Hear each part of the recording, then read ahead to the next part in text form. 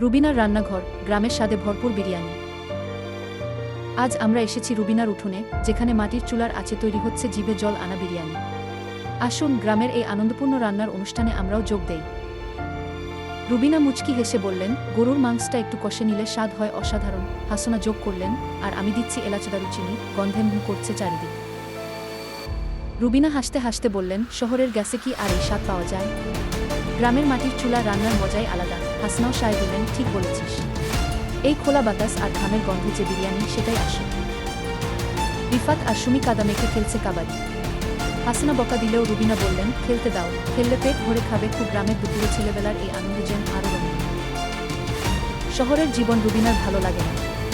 হাসনা বললেন, আমরা তো আছি, রান্না করব, খাওয়াব, সুখে দুঃখে একসাথে থাকব। গ্রামের এই ভালোবাসায় আসল।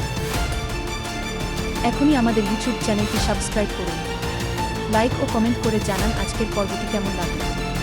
আর হ্যাঁ, বন্ধুদের সাথে শেয়ার করতে ভুলবেন না।